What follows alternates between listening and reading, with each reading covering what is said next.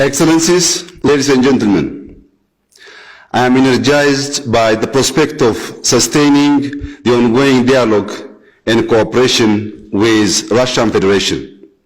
And I salute Excellency President Vladimir Putin and the United Russia Party for your commitment toward this ambition.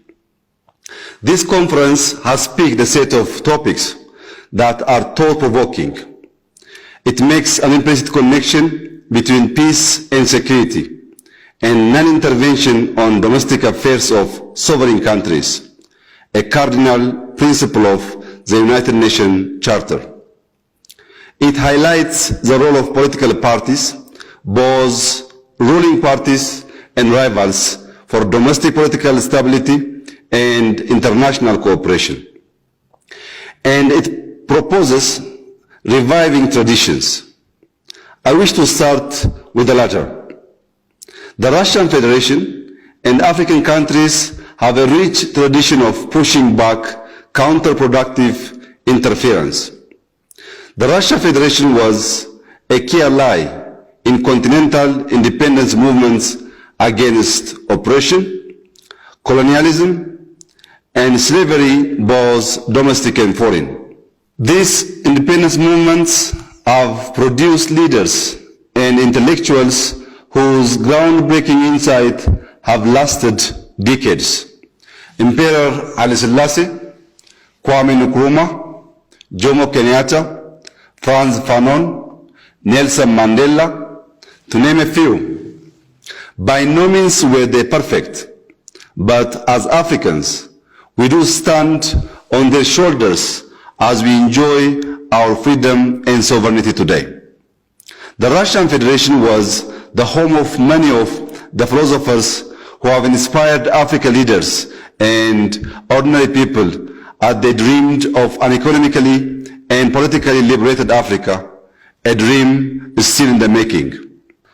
Today's generation appears to make the tempting mistake of arranging the world into two simple and straightforward camps, one that promotes individual liberties and another that suffocates it in the interest of the collective.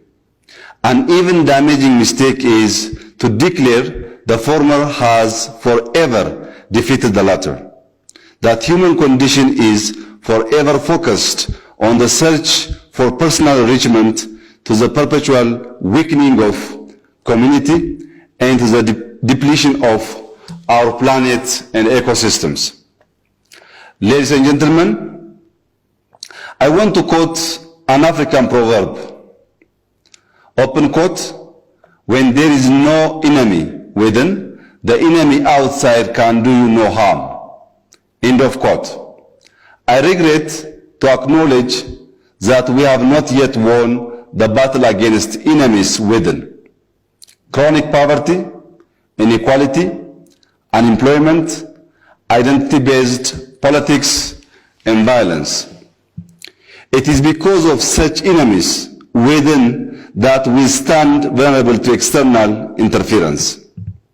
In order to respond to the basic demands of our people, to defeat the enemies within, and stand strong against interference, we must revisit our traditions and solidify our friendship and renew our time-tested solidarity.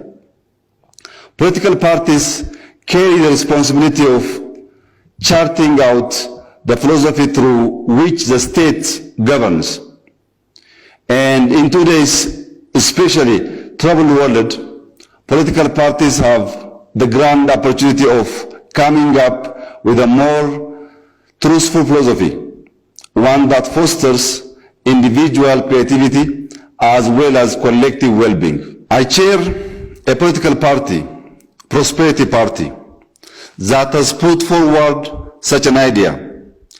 Our homegrown philosophy is called Maddamar, the Amharic term for synergy. Maddamar exemplifies coming together, working in sync, with purpose and vision for a common destiny as our guiding light in everything we do. At a fundamental level, Maddaman is a call to our nation, Africa, and its people to stay away from the dangerous cycle of always throwing away the past and starting with a clean slate to build on the accumulated wisdom of our forefathers, to take the best from our past, to invest in an understanding of our concrete problems and adapt our solutions as we go, and in the process, leave a legacy of hope to our children. My party believes that economic growth must cater to the wholesome needs of humanity, the material, the emotional, and the intellectual. Growth must be situated in a political space where one engages with the big questions of society, where one's body is nurtured and one's safety is not in question. Growth must create opportunities for individuals to express their talents and translate it to personal wins and collective improvements. Your Excellencies, ladies and gentlemen, I wish to remind you of the uncomfortable truth that unless we respond to the internal needs of our communities, our countries, and our dear continent, we will fall prey to interference by others near and far. Africa and the Russia Federation have a tradition of questioning, challenging the status quo, and imagining new possibilities. We have a tradition of setting philosophical precedents that have helped humanity pause and wonder. Let us indeed revive those traditions.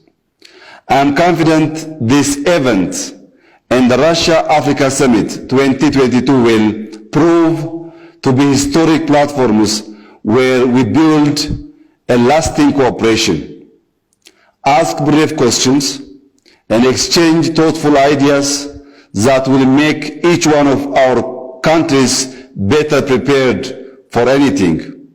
Thank you for your attention.